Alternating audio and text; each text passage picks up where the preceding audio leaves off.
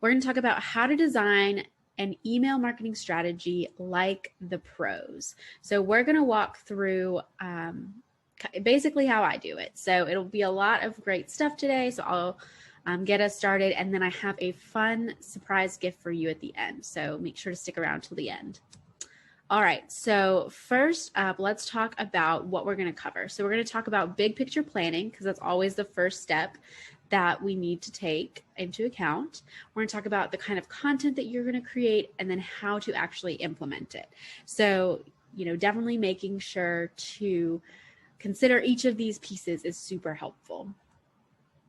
All right, so first, let's talk a little bit too about some of the stats that I think are really helpful. So if you're not sure why you should be doing email marketing or if it's a place worth investing your limited time and money, here's some things to kind of help you out. So 99% of adults check their email daily, and some users check it up to 20 times per day.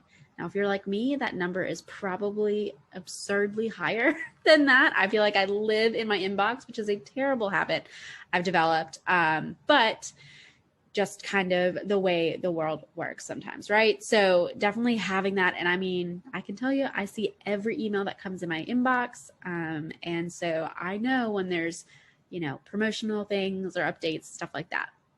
The other interesting fact that's really important is that mobile devices are a major catalyst for this. So as 50% of all emails are read on smartphones or tablets.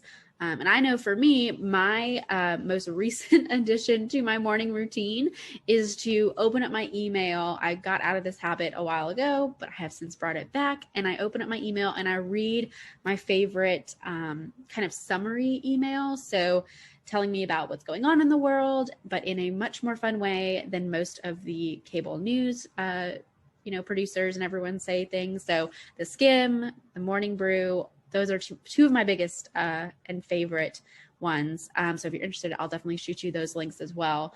But that's like where I'm at. So as I'm scrolling, I'm also seeing all of the newsletters, all of the promotional, information that's being sent my way, all that kind of stuff. And it's all on my phone. So that's something also that's really helpful to note is you're going to be in people's inbox, not just on one device, but on all of them. And so also the way that you're creating your content, you want to keep that in mind. All right, so key components, let's break it down even smaller. So big picture, we're going to talk about how you can identify your goals, how to pick the right email service provider, how to determine your target and then segment that target audience. And then we're going to touch on how to build up your list. We'll definitely go into that in more detail next week, but I want to touch on it here. And then defining your content type. So are you going to be doing newsletters, promotional materials, that kind of stuff? Creating a schedule to actually create and send out that content. And then paired with that is implementation. So it's not just creating your content, but it's actually monitoring your campaigns and recording your results so you can see how effective your efforts are in, generating, whether it's brand awareness or sales or leads or whatever your goals are, how effective are you in actually reaching them? So that's what we're going to touch on throughout the presentation today. All right, so first up, let's talk about identifying your goals. So here are some questions I like to ask myself, whether I'm thinking about my content for my business or for my clients when I'm creating their email content. So the first one is, where does your email marketing fit into your larger marketing strategy and sales funnel? And this is something I've recently kind of redone with my business even, is because it got really to the point where it was kind of just a bland process for me of I just create this every time. And so it wasn't really as effective, right? It wasn't helping any of my audience and my subscribers. So I just kind of took a step back and thought, okay, how does this fit into my bigger marketing picture and sales funnel, but also into, how am I serving them? And so that was a really helpful way for me to think through what kind of email marketing I wanted to invest in and what that was going to look like. The second question I ask is, how do your email marketing goals support your overall business goals? So if one of your goals is to, for example, like that next question is, do you want to reach a particular subscriber size? Why that number? So I really want to reach, or one of my goals was to reach 200 subscribers. And part of that was just, it's an incremental growth, right? So if I want to reach, 10 or 50,000 subscribers, so I had that many leads, I want to know why I'm doing that. And so if I, let's say I close 10%, that's a really low close rate, 50% of all of my like hot leads. So if someone reaches out to me and there's a 50-50 chance that I will close them as a client, then I know that if I need, 100, let's say I want 100 clients just for easy math, I would need to have 200 hot leads. And now not that your entire list is going to be all warm or hot leads, but having that kind of number in mind is super helpful. So if I, need to have 100 clients, I close 50% of them, and let's say 50% of my email list were to actually reach out to me, I would need a 400 person email list, right? If I'm doing my math right, I try to give myself some easy numbers. And so that's the kind of mentality and thought process you want to go behind. A lot of times people will say, well, I just want 10,000 followers. I just want 10,000 subscribers. Okay, well, why? Can you even take on a tenth of that? Like if a tenth of those people converted to clients or customers, is that healthy or good for your business? Or could you do really well and be super successful with 250 people on your list? Just kind of thinking through those things and trying not to fall into that, I have to have the biggest numbers. So just asking yourselves those questions is really helpful. And then just kind of giving yourself some specifics. So if you have a specific number of people that you want signing up for a course or for purchasing a product, and you can, kind of estimate, or maybe you have the hard numbers on how many people convert from your email list to those signups or purchases, think about that. Just like I talked about, how is this list really going to help you to reach those larger goals? So once you've identified those, you're going to want to create some goals for each of your email campaigns. So whether that's your newsletter or a promotional campaign you're going to run, and just write them down and then refer back to them often. So I had that goal to reach 200 subscribers and I hit it, which was awesome. And so I got to check that off of my list. And one of the ways I did that was with this webinar, right? So people were really excited about these. They were excited about the content that I was sharing. And so I've gotten, well over 200 subscribers now, and mainly through the people who have wanted to connect through these webinars. So those are just kind of some ways to think about it. All right, the next piece is going to be picking your email service provider. And so if you have gotten any of my emails prior to this, you have probably seen the system I use, which is Flowdesk, but there's a lot of them out there. So there's MailChimp, which is, very, very popular. Constant Contact, CRMs like HubSpot have those integrated into them. A lot of websites are now offering that. So like Squarespace has email marketing capabilities, all those different things. So the key piece here is to investigate what you really need. What's your highest priority, and then what works for you. So, if you don't understand how to use the system, then it's not the end of the world if you want to hire someone out. But a lot of times that just leaves you in a space where you don't necessarily have full control over it. So having the ability to feel confident about managing your lists, creating emails, looking at your analytics, all those different pieces is really important. And the reason I love Flowdesk is, one, it is by far the most cost-effective option that I have found. Part of that comes from the fact that it is still in beta technically. So there are some limitations, but for what I need it to do, for $19 a month for forever, for any size list and any amount of automation, really can't be beat. So that is why I chose it. It's also created by female founders who are just really devoted to promoting diversity and inclusivity in and through their brand. And they do a really great job with that. And then also it's just a beautiful design. So a lot of what I do is very design oriented, and the people that I'm, communicating with care whether or not it's a pretty design, and it makes it really easy for it to look beautiful. So that's why I picked it. If those are not priorities for you, then, focus on what is. So for example, if you need a really robust automation system, maybe you're doing an e-course or something like that, I would look at some of these other companies that have been around for a while longer. They'll probably cost you more, right? But if that's what you need, it's important to invest in what's going to be most helpful for you. But if you need something really simple and easy, I definitely love Flowdesk. It's by far my favorite. So just putting that out there. But yeah, once you have your goals, once you pick your email service provider, then we can look at defining your audience. So this is all before you even send an email, right? And this goes hand in hand with your brand. So if you've done a solid job defining your brand, this is a big piece of it. And this is something I've even been really refining for my business as I've been kind of going through a rebranding process that I'm super excited about.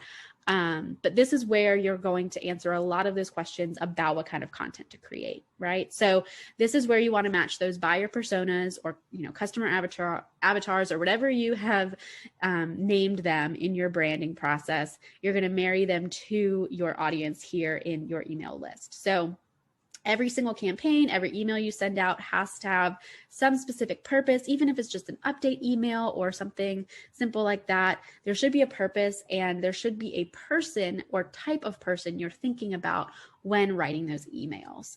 And so thinking through, who is your audience? Who are the people who are coming to their inbox, seeing your email, and are excited to hear and read what you have to say. So, taking the time to build those buyer personas out. This is a perfect time if you haven't already done that. And so for me, a lot of times what I've been thinking, and even kind of going back to that for myself, is, thinking about, okay, most of my audience right now are people who are, either beginner or maybe kind of into the intermediate level of digital marketing. So they want to know the basics. They want to understand what to look for and what to watch out for, like all these different things, but they don't necessarily need the nitty gritty, itty bitty details of your Google Analytics or exactly how to set up the most complicated part of Facebook ads. Like, we just want to know how do we get a Facebook page and run some ads on it? Or how do I go from having no following to having at least something on these channels? Or how do I go from no website to a functioning website? So knowing this about my audience helps me to create and craft content that's going to be helpful for them.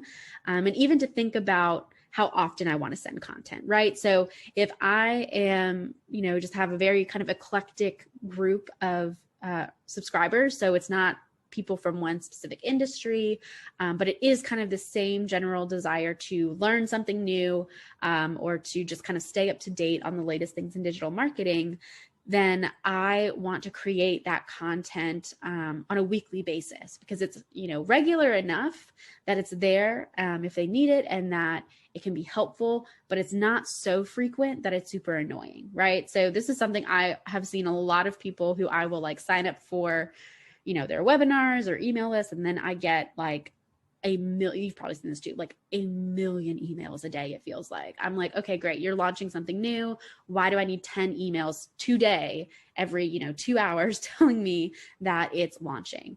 For some people that works really great. And if you have a massive list, that can be super, super helpful. But if you are not trying to sell or push that product, which I'm not trying to do that. I'm trying to educate my list and help them to be confident in their own abilities. No one needs an email from me every day, and even every week. I'm sure there's plenty of people who don't open my newsletters, and that's totally fine. I'm never offended by that because every once in a while they'll come back to it. There'll be something that they want to know about.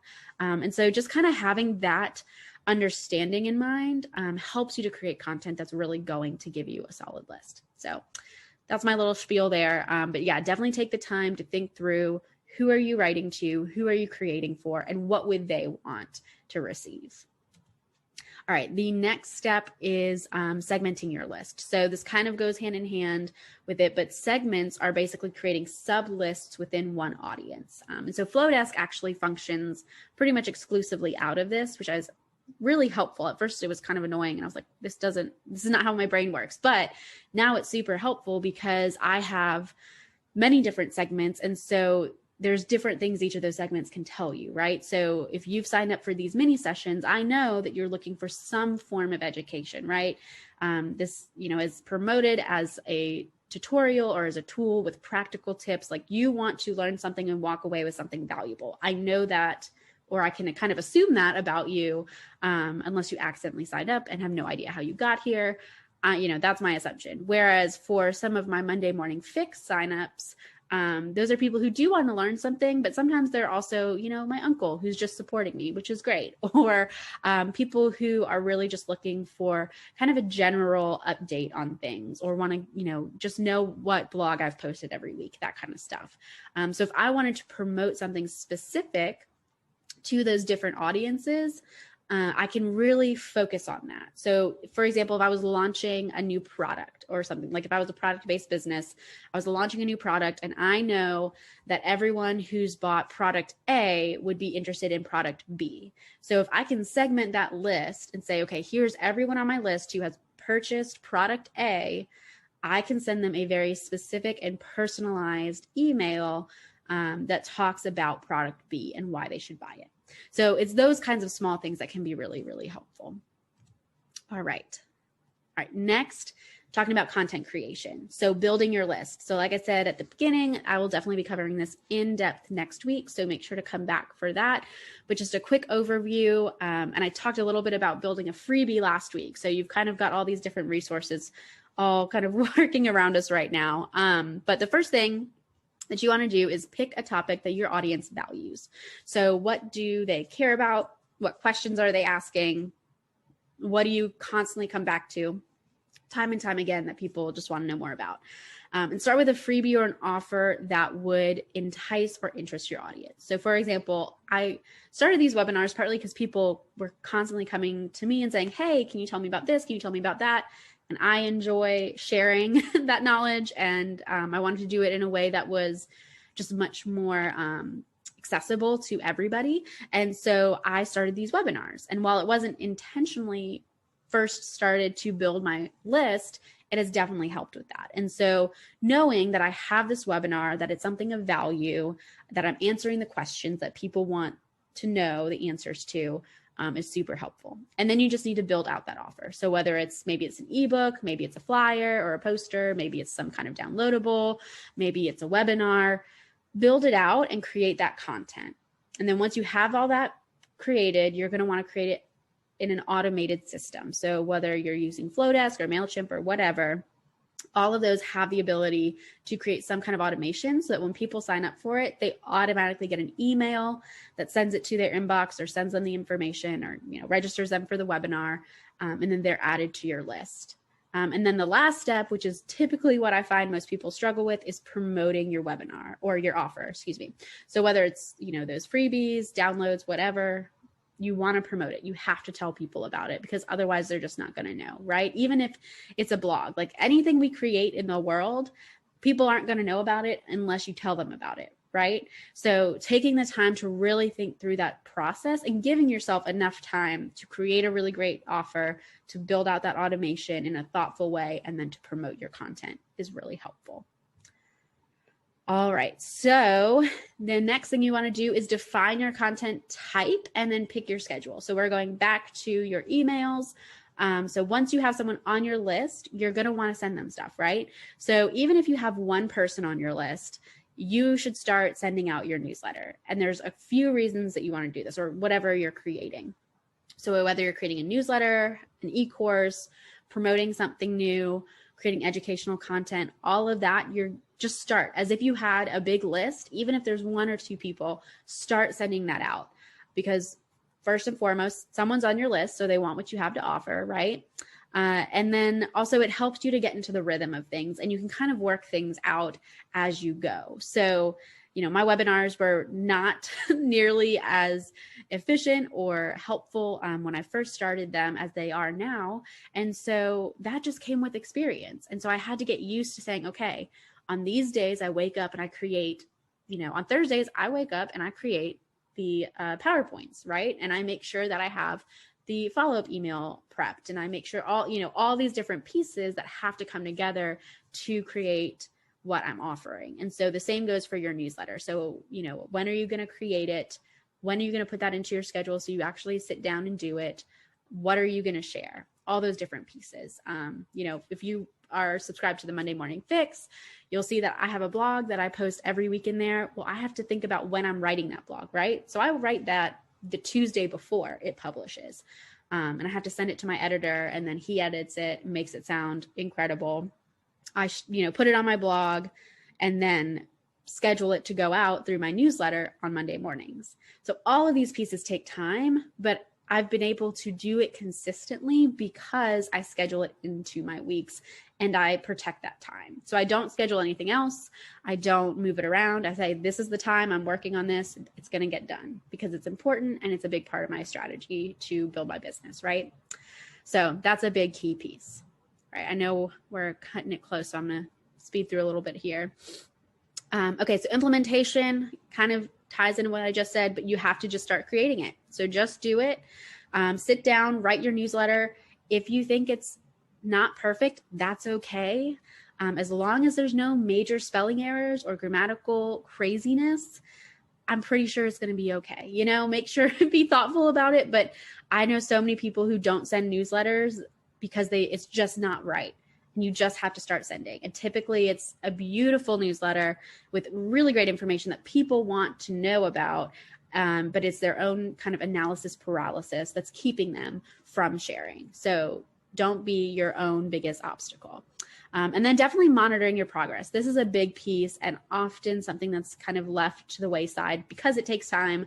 It's not nearly as fun or glamorous as some of the content stuff, but take time to track your results. So if you send a weekly newsletter, at the very least, check on the performance every month. Ideally, you check every week, right? What's performing well? What are people clicking on? What is, what has had the best open rate? Okay, maybe those are the better subject lines, right? So think through all these things so it can inform your strategy and so you can constantly be getting better and better and better. So those are really key and important pieces. All right. Now it's Q&A time. So we've got about 6 minutes here. So I hope that's plenty of time. And then if we don't get to a question that you have, feel free to email me. So let's see. Okay, we've got a good question. So MailChimp is free, right? So MailChimp is free. It's freemium. So it's free unless you want to schedule anything, have more than one automation, use all the templates, all that kind of stuff. So it's just very limited. So that's why I am actually not a huge fan of MailChimp is they go from like free to $10 to $50 really quick. And if your list grows really quickly, the price is also dependent upon how many people are on your list. So I think you get the first 500 people are free. And I think you get like 2,000 emails or 2,500 emails. So you can send basically one email a week to 500 people. And then after that, they start charging you more and more. So that one just kind of, if you're looking to build a really big list, it can be very limiting. But if you're looking to really focus on a small list and really kind of build some traction through a small list, you can definitely do the free one. I also don't use MailChimp because it doesn't allow you to schedule anything if you're on the free one. Okay. Great question. Okay, so the difference between segments and tags in MailChimp, that's a great question. So segments are, they're very similar. Tags and segments, they essentially do the same thing. But segments, you can segment a list by like when they signed up, what their last action was. So you could segment, like if someone was asking me about this on LinkedIn earlier today, which was great. They, were asking about resends. So if you have a email that you just sent out and people haven't opened it, you can resend that exact email to the people who haven't opened it. And you do that through segmentation. So you can click, okay, whoever has not yet opened this as of, this time. Whereas tags are just based on how you upload them, essentially. So how you want to group them according to what they did to get on your list. So for example, I use tags for signups. So if people are signing up for a course or if they're signing up for a freebie or something like that, I'll create a tag that says, social media calendar freebie or something like that. So those are really helpful, but they definitely do different things. And I also like to use tags to help make one list a lot of little lists, essentially. So that is another way you can kind of get around some of those expenses with MailChimp is you can create, basically all these different lists within one audience and you don't have to pay for them. The only thing there is you have to make sure you hit the right tags for what you want to send to people when you're sending those things out. So that can be helpful. But if you're not careful, you can send things to people that maybe you didn't mean to. But those are great questions. All right. Any other questions? I know that was a lot of information to kind of get all at once. Awesome. Okay. So I will wrap us up.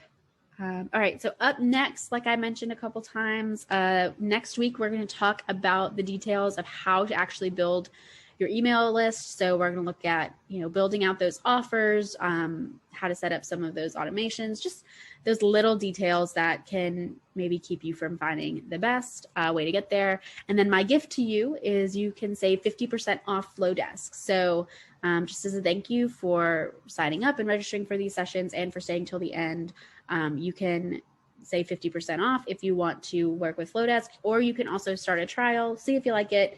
And then if you don't have to do anything with it. But that is my gift to you. Awesome. All right. So if you have any other questions, please feel free to reach out. You can respond to the follow-up email that I will be sending out later this evening, or you can reach out to me directly at hannah@westfalldigitalstrategies.com. I'm really glad you guys were able to join me today, and I hope I will see you next week. Have a great day.